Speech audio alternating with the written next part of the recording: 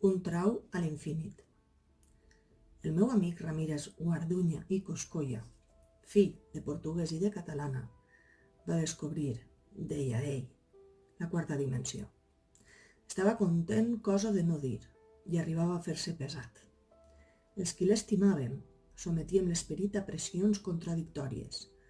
D'una banda ens feia il·lusió veure'l tan feliç, però de l'altra patíem pels desenganys que, si molt convé, l'assetjaven. Frenat, Ramírez, frenat. La civilització és neurastènica i qui sap si no apreciarà degudament el teu esforç. He invertit totes les meves esperances en aquesta troballa, responia ell. No és possible que la gent passi de llarg. Pobre Ramírez, duia sempre una pissarra plegable i així que badàvem ens feia números.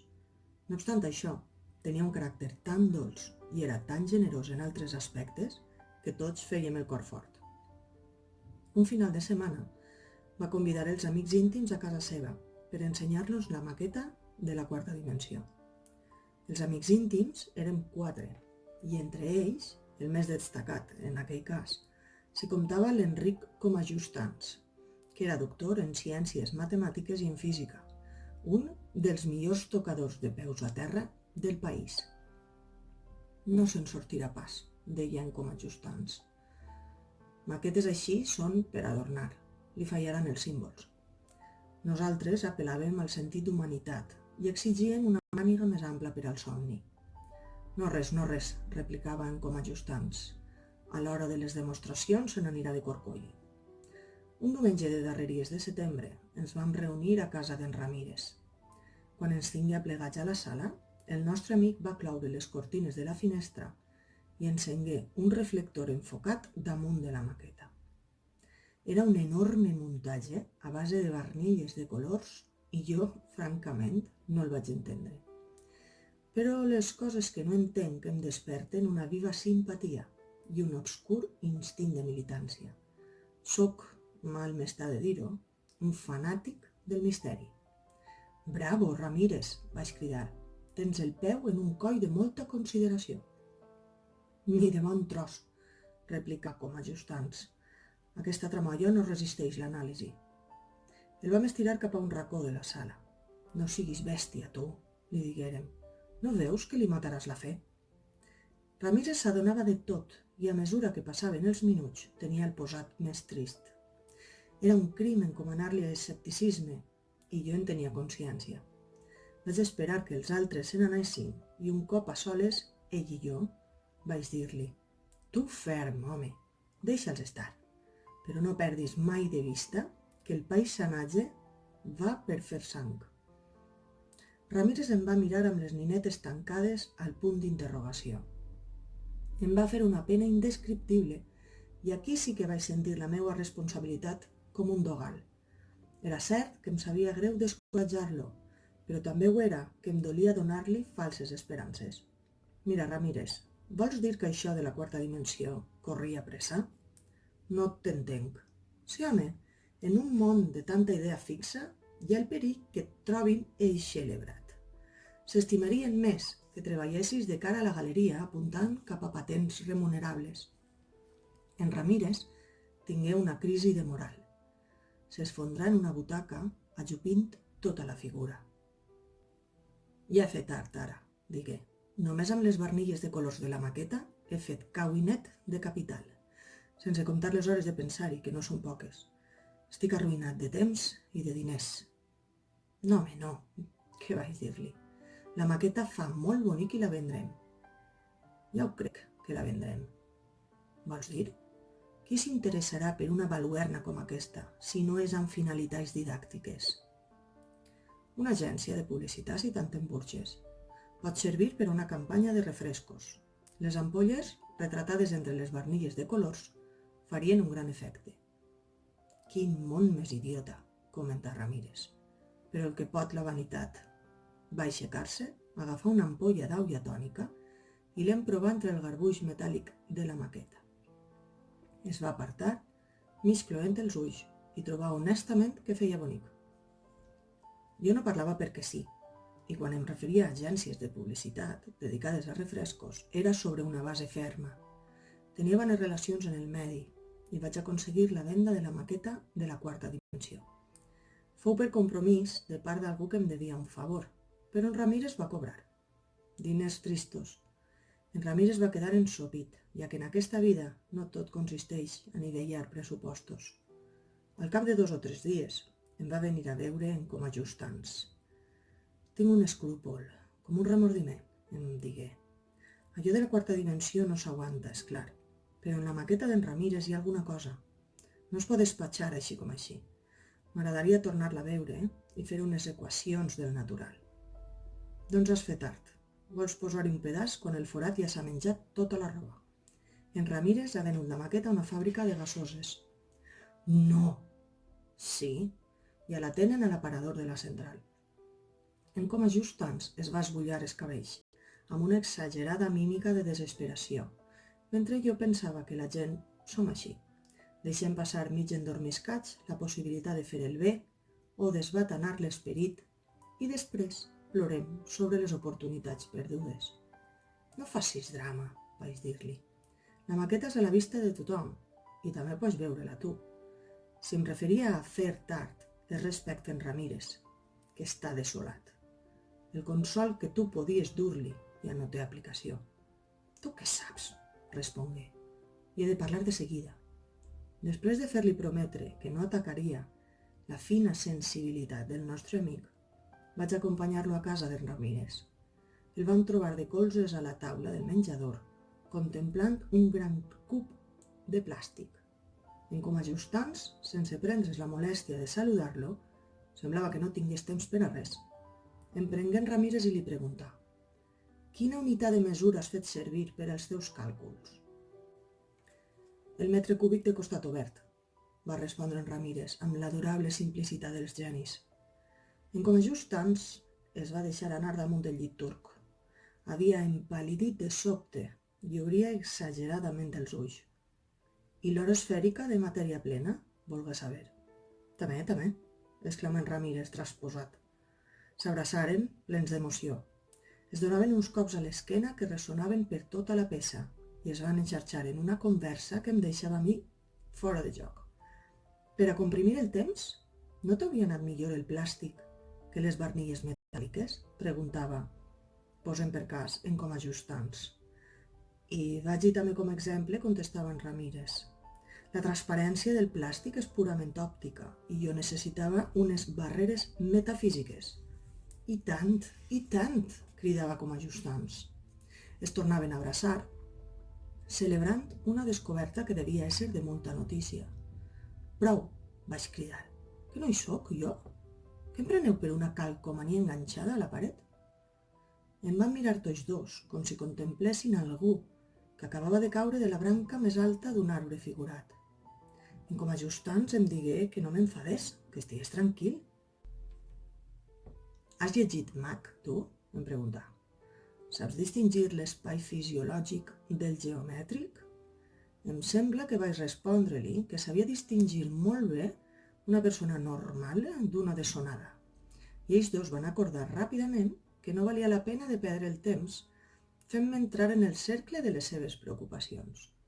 El que calia, digueren, era anar de seguida a la fàbrica de gasoses i reconsiderar la maqueta. Em van aprofitar només perquè jo tenia cotxe i ells no. Pel camí van continuar la seva conversa i jo era tan sols un escambell amb rodes. Davant la porta de la fàbrica hi havia grups de gent i una parella de policies. Sort que un dels encarregats em va reconèixer i ens deixaren entrar. Tothom estava agitat, com si n'hagués passat una de molt grossa. «Sí que ha passat, sí», va confirmar-nos el gerent, compungit. «Aquest matí han vingut des de l'agència de publicitat a fer unes fotografies per a una campanya de premsa. Duien una model molt bonica, una noia que havia d'aguantar els nostres productes enmig de les barnilles de colors. L'han pujada dalt de la maqueta i no han tingut temps ni de disparar el primer flash, perquè la noia ha desaparegut. Tal com sona. S'ha esfumat com si se l'haguessin menjada les barnilles». En Ramírez va preguntar-li si les havia mogudes algú, les barnilles. El fotògraf ha dit a la noia que apartés una mica les de la dreta. Ni mai que ho hagués fet. Esgarrifat, en Ramírez digué. Han obert, inadvertidament, un dels passadissos de descompressió cronomètrica. Però, i la senyoreta? Pregunta el gerent amb veu trista. Què se n'ha fet? Qui sap on para, va respondre l'Incomajustants. El gerent opinà que no podia haver anat gaire lluny i Incomajustants va aclarir-li que hi havia moltes menes de distàncies. És aquí, però no sabem si ha estat projectada cap al futur o cap al passat. De manera que, segons com, ja podem dir-li adeu. Em faci riure amb això de les projeccions, replicà el gerent, i volgué riure, però no se'n va sortir. Molt seriós, doncs, continuà. Amb la carn batejada no s'hi fa broma. Deixant de banda l'ofici de la senyoreta, nosaltres no ens hi hem de ficar. Hi ha aspectes de la seva vida pràctica que impressionen. Aquesta noia mantenia amb els seus ingressos una mare diabètica i una germana de reflexos retardats. Incomajustants el va interrompre, potser amb una excitació desproporcionada. De les qüestions de detall en parlarem després, crida. El que cal ara és portar aquest artefacte a camp obert i destruir-lo. Va ensenyar als policies la seva documentació, que impressionava, sobretot pels títols de doctor, i obtingué immediatament la tramesa de reforços per formar un cordó al voltant de la maqueta. Ja no podia acostar-s'hi ningú. Mentrestant, la mestrança d'artilleria enviava un camió blindat per transportar l'obra d'en Ramírez als afores i dinamitar-la. «Amb la senyoreta a dins?» preguntà el gerent, amb un posat de severa reprovació. «Ja se la pot pintar a l'oli, la senyoreta», vociferà Incomajustants, i afegí. «Vostè és euclidià i no té ni idea del trasbals que estem passant».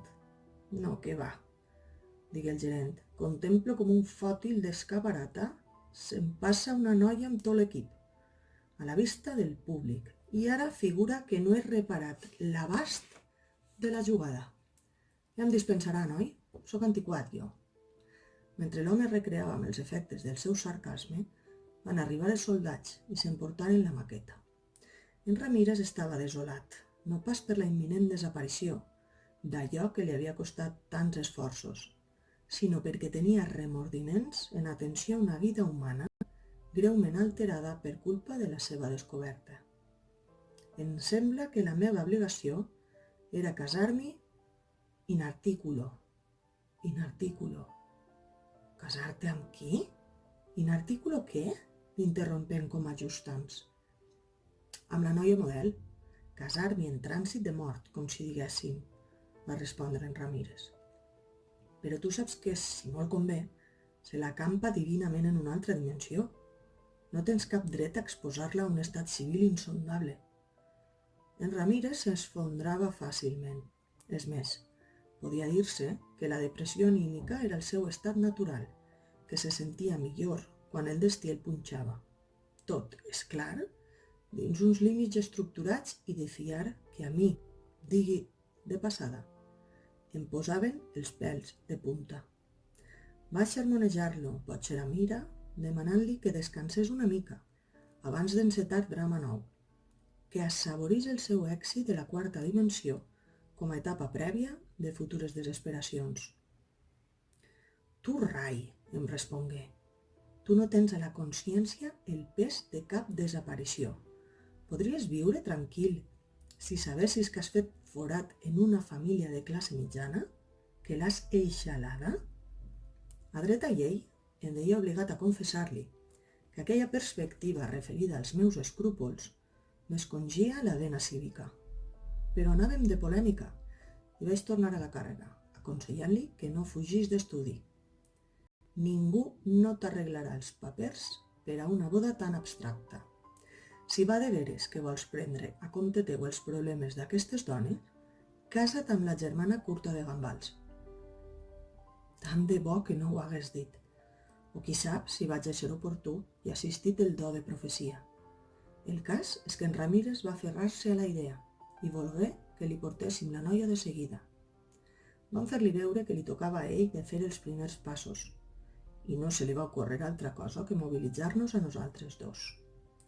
Demanàrem l'adreça de la família i la informació pertinent sobre les hores de visita més oportunes, de manera que com a ajustants i jo ens trobàrem, gairebé sense temps de meditar-ho, sol·licitant la mà de la noia discreta per al nostre amic Ramírez Guarduña i Coscolla.